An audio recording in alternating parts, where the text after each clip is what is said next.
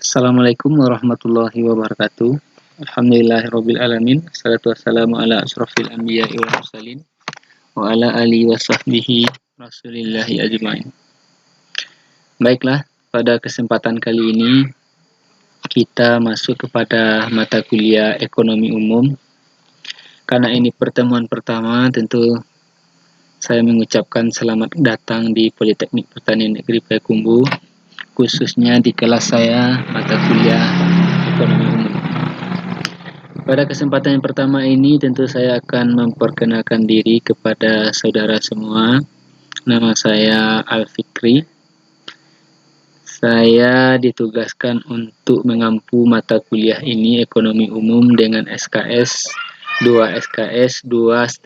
artinya 2 SKS tatap muka atau kuliah. Jadi tidak ada praktek atau laboratoriumnya. Pada mata kuliah ini pada mata kuliah ekonomi umum ini untuk distribusi mata kuliahnya nanti bisa saudara ambil atau di-download di adlink yang sudah saya bagikan. Nah, di sana dapat saudara lihat bahwa ekonomi umum terbagi dari materi ekonomi makro dan ekonomi mikro. Jadi dibagi dua, sebelum UTS kita masuk ekonomi makro, sedangkan setelah UTS kita masuk kepada ekonomi mikro.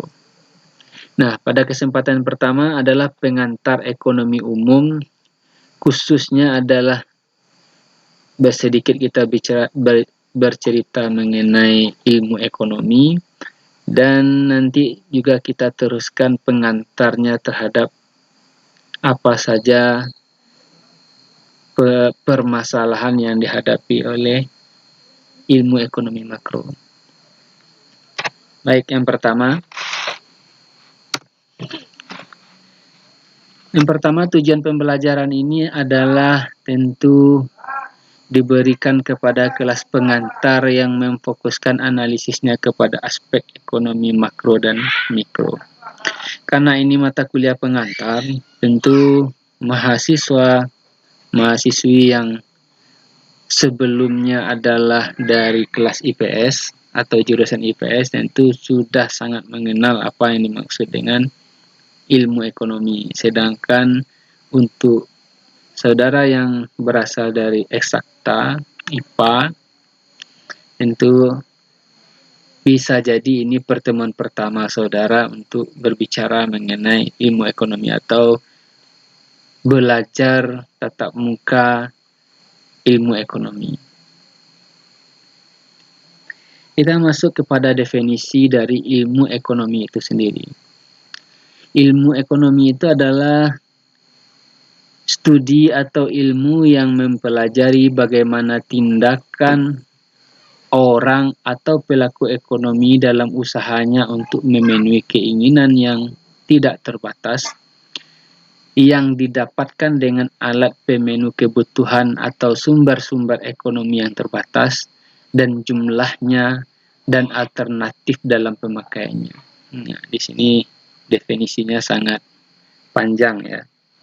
Jika kita ringkaskan ada beberapa pokok dari pengertian ilmu ekonomi itu sendiri. Yang pertama termasuk sumber-sumber ekonomi. Tentu saudara harus paham apa-apa saja yang dimaksud dengan sumber ekonomi. Sumber ekonomi secara umum dalam beberapa buku ilmu ekonomi itu dibagi menjadi 4 hal. Yang pertama adalah sumber daya alam. Itu biasanya disebut dengan resources, bisa diperbaharui dan tidak bisa diperbaharui dan lain-lainnya. Lalu ada sumber daya manusia, dimaksud dengan itu labor, tenaga kerja. Lalu ada yang dimaksud dengan modal atau kapital. Lalu yang terakhir itu adalah sumber daya entrepreneurship atau kewirausahaan atau jiwa entrepreneurship. Jadi siapa nanti yang menjadi pengusaha, berarti harus ada terlebih dahulu skillnya atau sumber dayanya itu adalah sumber daya entrepreneurship atau skill atau kewirausahaan. Lalu yang kedua, ada yang disebut dengan memenuhi keinginan atau kebutuhan. Nah, kebutuhan manusia itu sangat banyak ya. Jika kita uraikan kebutuhan manusia itu ada yang disebut dengan kebutuhan tangible dan intangible. Kebutuhan tangible itu atau yang berwujud itu bisa kita contohkan makanan, minuman, pakaian, rumah, dan lain-lain. Sedangkan intangible itu ada yang tidak berwujud berupa pendidikan, kesehatan, pergi rekreasi atau hiburan, melihat pantai yang luas, dan lain-lain. Itu termasuk kebutuhan atau keinginan manusia. Jika kita lihat macam-macam kebutuhan manusia juga bisa kita bagi menjadi beberapa. Yang pertama, kita jelaskan kebutuhan manusia itu berdasarkan dari intensitasnya. Ada yang disebut dengan primer, arti kebutuhan pokok. Ada kebutuhan sekunder, kebutuhan pendukung. Lalu ada kebutuhan tersier atau lux, ya, kebutuhan barang-barang mewah jika nanti saudara sudah berhasil mungkin ya. Lalu selanjutnya macam-macam itu bisa juga kita ukur berdasarkan sifatnya. Sifatnya tentu apa yang kita pakai sekarang, ya, pakaian, baju, sendal, makanan, minum, atau mungkin di masa yang akan datang. Masa yang akan datang itu saudara ingin berinvestasi untuk beli rumah dan lain-lain. Lalu juga bisa kita bagi menjadi berdasarkan subjeknya. Berarti siapa subjeknya itu berdasarkan sendiri-sendiri atau individu atau mungkin kebutuhan berkelompok. Selanjutnya kita bicara mengenai kebutuhan atau keinginan manusia, yaitu dengan cara memperolehnya. Bagaimana cara memperolehnya? Nah, siapa yang tahu kira-kira cara memperolehnya? Karena sekarang kita pelajaran daring, dan ini materinya materi daring, tentu ketika saya bertanya, tentu saya jawab sendiri ya. Yang pertama, cara memperolehnya yaitu berdasarkan barang ekonomi. Apa maksudnya barang ekonomi itu atau ekonomi goods itu? Yaitu jika kita memperoleh barang itu berarti kita harus mengorbankan ekonomi untuk mendapatkan barang tersebut. Berarti artinya kita bayar berarti ya. Bisa dengan jasa, dengan uang, atau dengan lainnya. Yang penting kita tukarkan dengan yang bernilai ekonomis. Apa contoh barangnya? Ya pasti banyak ya, di sekitar saudara pasti banyak. Misalnya yang dari luar kota sekarang tinggal di kota Payakumbuh, yang pasti tentu saudara mencari penginapan atau tempat kos. Dengan apa saudara bayar? Tentu dengan uang. Ini yang dinamakan dengan barang ekonomi. Sedangkan ada yang disebut dengan barang bebas atau free goods. Artinya bisa kita nikmati secara gratis. Tentu yang mempunyai ini adalah Tuhan Yang Maha Esa ya. Apa kira-kira contohnya? Ya, udara yang kita hirup yang sekarang ini. Lalu pagi-pagi nanti ada sang surya atau matahari. Lalu mungkin saudara melihat air laut atau keindahan sungai, pemandangan, dan lain-lain. Itu semuanya gratis yang disediakan oleh Allah Subhanahu wa Ta'ala. Selanjutnya kita masuk ke definisi. Itu berarti saudara sedikit gambaran mengenai ilmu ekonomi. Dari yang selanjutnya dari istilah dari makro dan mikro. Kawan-kawan yang dari IPS tentu sudah tidak asing lagi dengan bahasan mikro dan makro. Makro adalah besar, mikro adalah kecil. Tapi dalam ekonomi itu biasanya yang paling gampang memahami makro itu adalah dihitung secara agregat, sedangkan mikro itu adalah dihitung secara sendiri-sendiri. Nah, sedangkan objeknya nanti adalah itu-itu saja. Objek dari pembahasan kita itu adalah itu-itu saja. Apa objeknya kira-kira? Ya, sepertinya konsumen rumah tangga, pemerintah, pembayaran luar negeri, dan lain-lain. Nanti kita bahas itu ya. Secara definisi yang pertama adalah makroekonomi adalah ilmu ekonomi yang mempelajari perilaku-perilaku atau unit-unit ekonomi secara agregat. bagaimana mereka seharusnya berinteraksi dalam rangka mencapai kemakmuran. Intinya adalah kemakmuran. Jadi gimana secara bersama-sama sebuah negara menciptakan ekonomi yang bagus untuk kemakmuran bersama. Yang kaya banyak, kalau miskin ya sama-sama miskin ya. Tapi pada kenyataannya memang sangat susah. Yang kaya banyak, yang miskin juga banyak. Ini memang permasalahan makroekonomi. Di mana-mana pun negara di dunia tidak ada yang kaya semua atau miskin semua. Pasti ada yang kaya, pasti ada yang miskin. Lalu mikroekonomi itu apa? Mikroekonomi itu adalah kebalikan dari makroekonomi yang mempelajari unit-unit ekonomi secara individu. Untuk permintaan, individu, penawaran, perusahaan, dan lain-lain nanti. Yang tujuannya adalah dalam rangka mencapai efisiensi seperti efisiensi konsumsi, efisiensi produksi, dan lain-lain. Artinya bagaimana menciptakan sebuah produk dengan biaya yang sekecil-kecilnya untuk mendapatkan keuntungan yang sebesar-besarnya. Jadi dalam mikroekonomi itu biasanya adalah bagaimana ini efisien, bagaimana biaya efisien, produk dijalankan secara efisien, bagaimana permintaan, penawaran, dan lain-lain. Itu kita bahas dalam ekonomi mikro.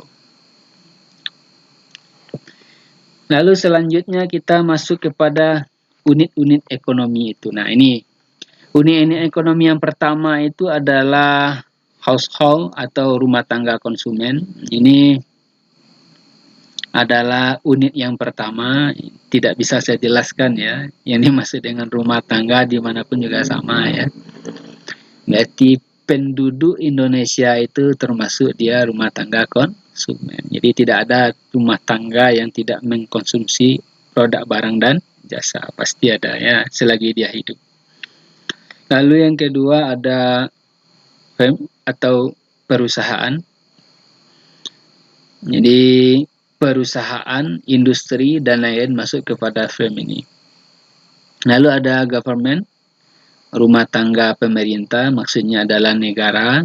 Dalam hal ini juga termasuk ya unit-unit ekonomi. Lalu ada foreign atau sektor luar negeri. Yang keempat-empat ini disebut dengan unit-unit ekonomi. Selanjutnya, jadi baik dalam ekonomi mikro ataupun dalam ekonomi makro, objek yang dibahas itu adalah sama saja, rumah tangga, perusahaan, pemerintah, dan faktor luar negeri. Tapi menggunakan pendekatan yang berbeda-beda. Dalam ekonomi mikro, pendekatan yang dilakukan secara individu satu-satu. Misalnya, rumah tangga yang ada di Sumatera Barat, perusahaan besar atau UKM, perusahaan kecil, industri yang ada di Kalimantan, itu masuk kepada mikroekonomi. Tapi dalam ekonomi makro, pendekatan yang dilakukan itu adalah secara agregat, secara keseluruhan. Di Indonesia, rumah tangga Indonesia, perusahaan yang ada di Brunei Darussalam, atau yang bisa kita katakan secara menyeluruh. Unitnya sama, tapi pendekatannya yang membedakan antara mikro dan makroekonomi. Lalu masuk kepada persoalan-persoalan pokok ekonomi makro. Ada 4 permasalahan pokok ekonomi makro. Yang pertama itu adalah pengangguran. Yang kedua adalah ketidakstabilan harga. Yang ketiga adalah kegiatan ekonomi yang menurun. Yang keempat adalah ketimpangan. Nah, dari keempatan permasalahan dasar makroekonomi ini dapat kita uraikan satu persatu. Yang pertama kita masuk kepada employment atau pengangguran.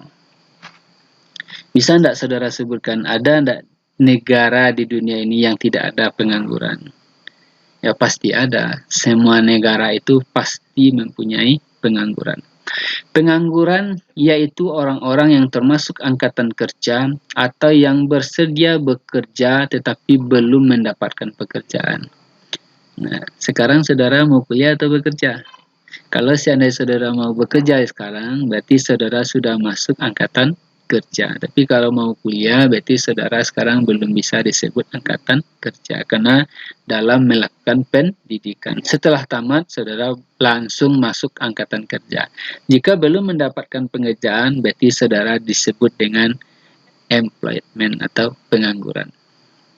Pengangguran menjadi masalah karena orang-orang yang menganggur atau tidak memiliki pekerjaan berarti dia tidak memiliki pendapatan. Sementara mereka tetap melakukan konsumsi sebagai barang atau jasa yang untuk mempertahankan hidup mereka. Jadi orang menganggur tetap dia melakukan konsumsi baik barang dan jasa. Maka orang-orang menganggur ini akan menjadi beban bagi orang yang bekerja atau perekonomian secara keseluruhan. Jumlah pengangguran yang puluhan juta bisa dibayangkan berapa ton beras yang habis, pakaian, tekstil, jasa-jasa, angkutan umum, dan lain-lain, termasuk BBM, minyak, untuk mereka setiap bulannya dan secara agregat bisa dihitung setiap tahunnya berapa. Kenaikan produksi barang dan jasa tidak akan meningkat kesejahteraan masyarakat secara umum jumlahnya jika pengangguran itu banyak. Artinya apa? Jika kita produksi dari sebuah negara itu meningkat, jika tidak diimbangkan dengan menyusutnya pengangguran, maka dapat kita katakan bahwa perekonomiannya juga tidak baik. Di samping menjadi beban yang berat bagi negara secara agregat atau secara kekeluargaan bagi keluarga mereka sendiri, pengangguran yang banyak juga dapat menyebabkan instabilitas. Maksudnya adalah mereka dapat memicu timbulnya kriminalitas seperti pencurian, perampokan, pembunuhan, demonstrasi, kerusuhan, dan lain-lain. Karena mereka tidak ada kemampuan untuk menghasilkan seperti uang atau pendapatan, sedangkan kebutuhan mereka harus dipenuhi. Jadi bagaimana caranya? Caranya ya bisa dengan cara mendapatkannya secara ilegal atau secara kriminal. Ini untuk pengangguran. Lalu masuk kepada ketidakstabilan harga. Price instability adalah dua kemungkinan, yaitu harga barang-barang dan jasa-jasa naik secara umum dan terus-menerus atau inflasi, atau sebaliknya, harga barang-barang dan jasa-jasa turun secara umum atau deflasi. Dari kedua hal yang sering terjadi adalah inflasi atau kenaikan harga barang-barang dan jasa-jasa secara umum yang berlangsung secara terus-menerus dengan jangka waktu yang cukup lama. Ini yang bisa terjadi jika ketidakstabilan harga ini tidak diperhatikan oleh sebuah negara. Inflasi menyebabkan beban biaya hidup yang harus ditanggung setiap orang atau setiap keluarga menjadi semakin berat. Artinya barang-barang menjadi mahal sedangkan pendapatan tetap. Biasanya saudara mengkonsumsi 10, dengan naiknya harga tentu saudara akan mengkonsumsi 5 karena naiknya harga-harga di sebuah negara. Terutama bagi orang-orang yang berpendapatan tetap dan bagi masyarakat kelas menengah ke bawah. Hidup mereka semakin menderita sehingga kesejahteraannya juga akan menurun. Dengan jumlah uang yang sama, barang dan jasa yang dapat mereka peroleh semakin sedikit. Inflasi yang terlalu tinggi yang kita sebut dengan hiperinflasi dapat menghancurkan perekonomian satu negara. Ini contohnya sudah banyak. Kebanyakan itu adalah di beberapa negara di Afrika. Itu harga uangnya dengan harga barangnya itu tidak sesuai ya. Jadi kalau kita harga motornya sekarang 15 juta cash, kalau seandainya terjadi inflasi bisa jadi itu 1 miliar untuk satu motor karena tidak ada kestabilan harga. Seperti yang dialami di Indonesia pada tahun 1965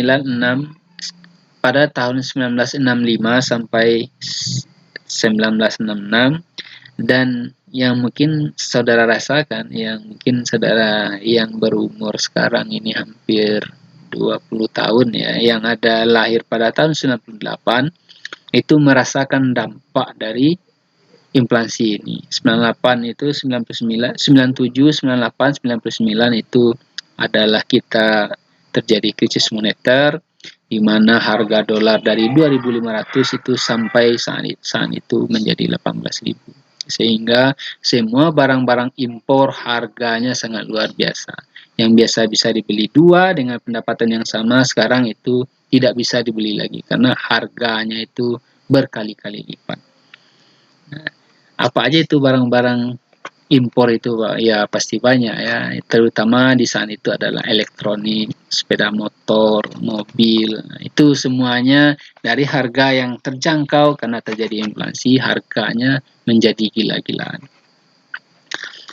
Lalu yang selanjut, recession atau kegiatan ekonomi yang menurun. Nah, ini momen ini.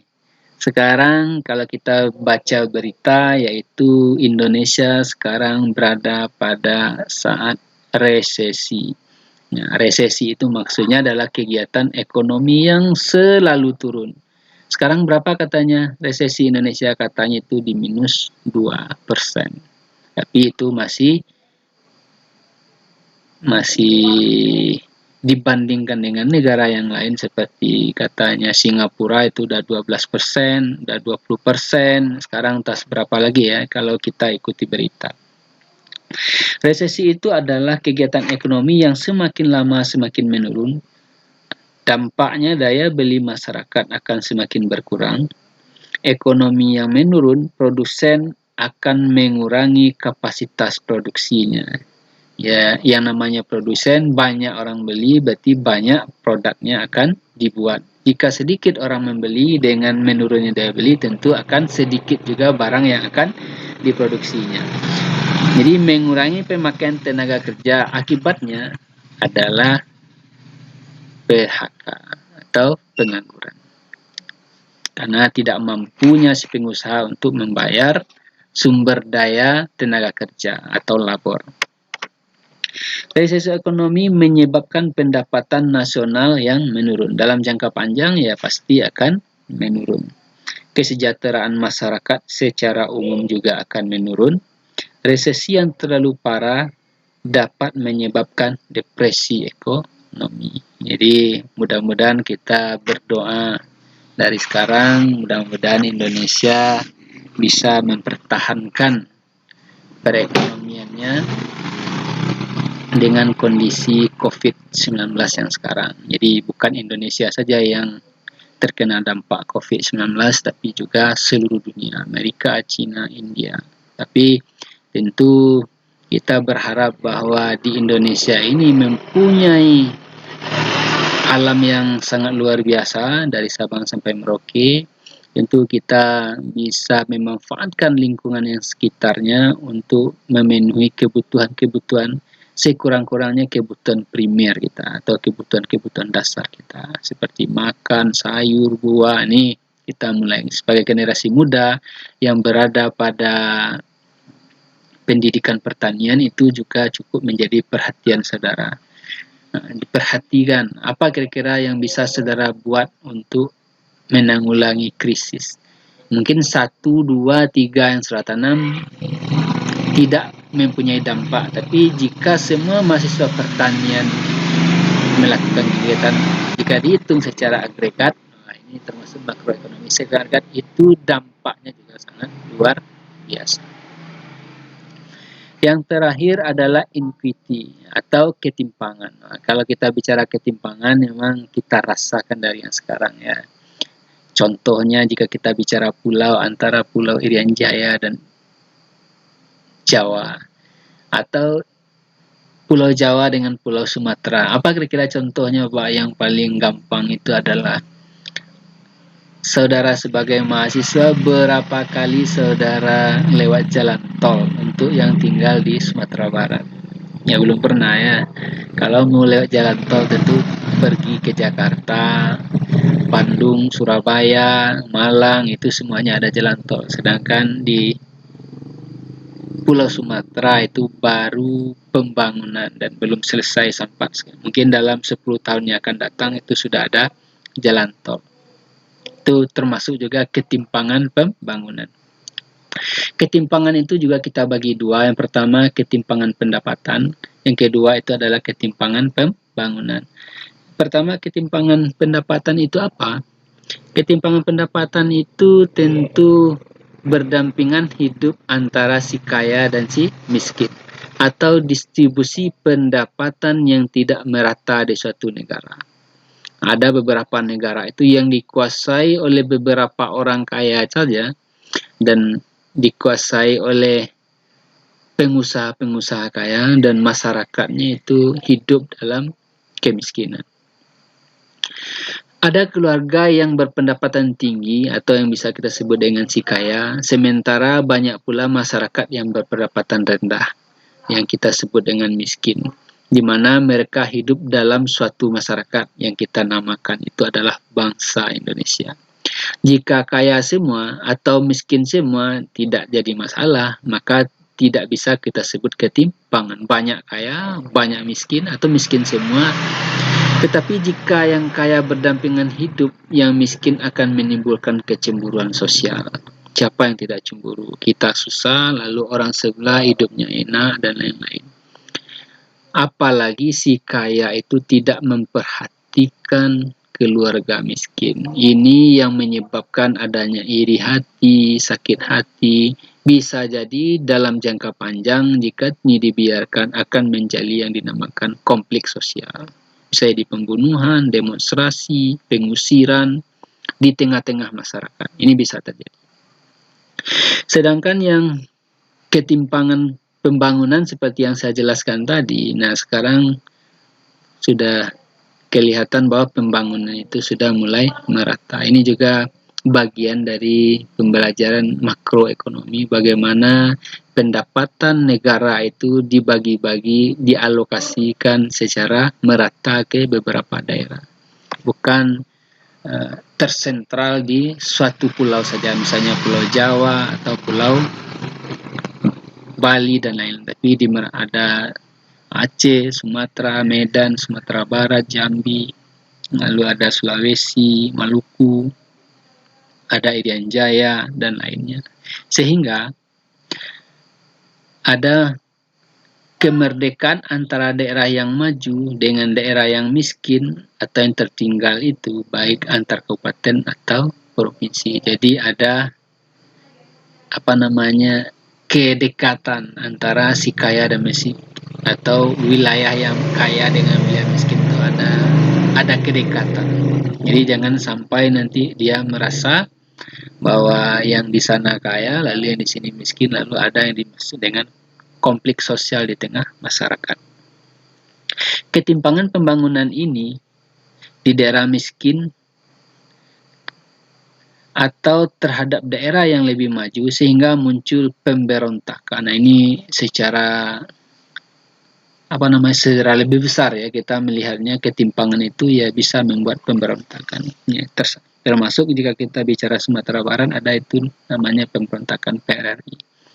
Tapi kalau kita konteksnya sekarang kita bicara itu adalah pemberontakan yang ada di Irian Jaya. Salah satu yang kita baca dalam berita itu adalah memang adanya ketimpangan pembangunan. Jadi masyarakat Papua merasakan bahwa adanya pembangunan yang tidak merata, dia tidak diperhatikan, sedangkan sumber daya alam mereka itu sangat luar biasa. Apa itu? Nah, tidak perlu saya sebutkan ya. Yang pasti itu nilainya sangat fantastis. Itu tambang titik. Saudara pasti sudah tahu. Lanjut. Masalah makro yang kedua yaitu mengenai kebijakan ekonomi. Kebijakan itu ada 3. Yang pertama adalah kebijakan fiskal policy. Lalu ada moneter policy atau kebijakan moneter. Lalu balance of payment policy, kebijakan neraca pembayaran. Yang pertama kita bicara mengenai kebijakan fiskal. Secara definisi, kebijakan fiskal itu yaitu kebijakan yang berkaitan dengan pengaturan anggaran budget pemerintah baik menaikkan atau menurunkan suku bunga. Instrumennya apa? Instrumennya adalah pengeluaran pemerintah atau government expenditure dan penerimaan pemerintah yang dimaksud dengan pajak. Selanjutnya, fiskal policy ada yang bersifat mendorong atau yang disebut dengan ekspansi, ada yang bersifat membatasi atau discretionary. Fiskal yang bersifat ekspansi caranya antara lain dengan menaikkan pengeluaran pemerintah atau menurunkan pajak. Sedangkan fiskal policy yang bersifat discretionary caranya antara lain dengan menurunkan pengeluaran pemerintah atau menaikkan pajak. Apakah ekspansi atau discretionary yang ditempuh oleh pemerintah tergantung pada persoalan yang dihadapi oleh masing-masing negara. Jadi masing-masing negara itu mempunyai kebijakan fiskal yang berbeda-beda tergantung dari seberapa besar ekonomi atau dampak ekonomi yang dihadapi oleh sebuah negara. Selanjutnya kita bicara mengenai kebijakan moneter. Kebijakan moneter secara definisi yaitu yang berkaitan dengan pengaturan jumlah orang yang beredar. Instrumennya yang pertama adalah discount rate policy, yaitu tindakan menaikkan atau menurunkan tingkat suku bunga. Siapa yang menaikkan atau meningkatkan suku bunga? Yang pasti bukan Bapak. Yang mengerjakan itu adalah Bank Sentral atau yang disebut dengan Bank Indonesia. Lalu ada reserve recruitment policy, yaitu tindakan bank sentral menaikkan atau menurunkan ketentuan cadangan wajib minimum yang harus dimiliki oleh bank-bank umum untuk jaminan operasinya. Bank-bank umum ini banyak ya, BRI, Bank Nagari, Bank Syariah, BNI, BCA, dan lain-lain. Ini dinamakan bank umum. Lalu open market operation policy, yaitu artinya tindakan pemerintah untuk menjual atau membeli surat-surat berharga negara, atau jika saudara baca berita yang dinamakan dengan obligasi. Yang terakhir, selective credit control atau pengawasan kredit, yaitu tindakan pelonggaran syarat pemberian kredit atau memperketat syarat pemberian kredit. Kalau dilonggar apa manfaatnya? Maka orang banyak mengajukan kredit, maka uang itu banyak masuk ke bank. Sedangkan banyak orang meminjam bank, jadi uang itu banyak keluar. Sedangkan jika kita persempit syaratnya, maka kecenderungan uang yang keluar itu sedikit. Jadi uang yang beredar juga akan sedikit karena susahnya mendapatkan pinjaman. Ini yang dilakukan oleh pemerintah. Selanjutnya, apa yang dimaksud dengan balance of payment policy atau kebijakan neraca pembayaran, yaitu kebijakan pemerintah yang berkaitan dengan transaksi ekonomi dengan luar negeri seperti yang berkaitan dengan yang pertama disebut dengan kurs atau exchange rate. Jadi kurs rupiah itu berapa sekarang, itu juga bisa dilakukan bagaimana cara menaikkan kurs kita terhadap dolar biasanya. Atau mata uang negara asing. Ini berhubungan dengan neraca pembayaran. Jika nilai mata uang kita itu tinggi, tentu uang yang kita bayarkan itu semakin sedikit. Jika lemah, tentu uang yang kita bayarkan itu jumlahnya juga sangat luar biasa. Lalu ada penanaman modal asing. Nah, bagaimana kebijakan pemerintah untuk menarik modal-modal asing mau berinvestasi dalam sebuah negara. Ini juga menaikkan cadangan devisa ya. Nanti keuntungannya dapat, lalu banyak orang bekerja, lalu ada juga yang bekerja di luar negeri dan lain-lain.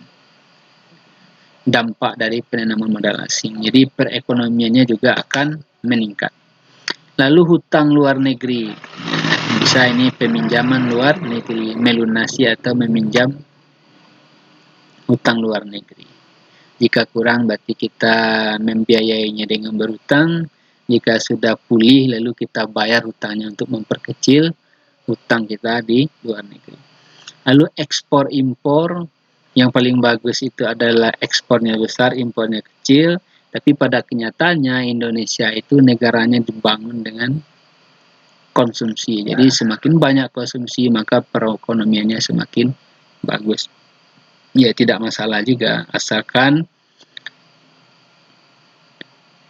pengeluaran lebih kecil dari pendapatannya. Jangan sebaliknya. Pendapatannya kecil, pengeluarannya besar. Dan lain-lainnya.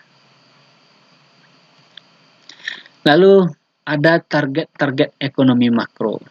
Apa saja yang dimaksud dengan target-target ekonomi makro adalah persoalan kebijakan untuk mengatasinya dan ada pula target-target yang diinginkan dalam ekonomi. Target-target tersebut ada 4. Yang pertama, full employment. Artinya adalah mengusahakan agar semua faktor-faktor produksi bekerja secara penuh. Baik tenaga kerja, modal, lahan, faktor-faktor lainnya, atau yang tidak meminimalisir jumlah pengangguran. Artinya bagaimana target ekonomi itu menumbuhkan atau menggunakan semua faktor-faktor produksi. Jadi semuanya tidak ada yang tersisa. Artinya kita gunakan seefektif dan seefisien mungkin. Itu target-target dari ekonomi makro. Lalu ada price stability. Maksudnya adalah mengusahakan agar harga barang-barang dan jasa-jasa mengalami kestabilan, tidak naik atau tidak turun. Bisa naik, 1 bulan lagi turun, dan lain-lain. Ini jika kita bicara konteksnya pertanian, price stability ini sangat dirasakan, apalagi oleh ibu-ibu.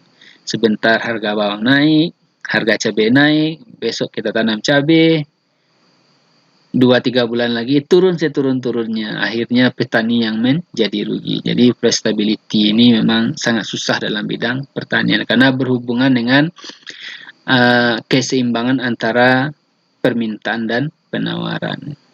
Kemarin cabai rawit banyak ketika ditanam, besoknya turun 40.000 menjadi 6.000. Itu dinamakan price stability. Tapi dalam konteks bernegara tentu semua sektor itu, pariwisata, tambang, lalu ada transportasi, darat, air, udara, laut, dan lain-lain.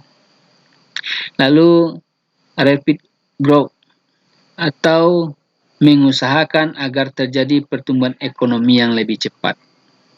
Bagaimana pemerintah melakukan pertumbuhan ekonomi yang lebih cepat? Biasanya itu adalah yang paling cepat itu kalau kita baca berita, yaitu bagaimana caranya mencari investasi di luar negara atau investasi asing. Biasanya itu bangun pabrik mobil, itu tenaga kerjanya bisa ribuan, sumber daya yang terserap termasuk lahan terserap atau sewa, tenaga kerja, lalu modal dan lain-lain. Jadi menumbuhkan perekonomian secara agregat.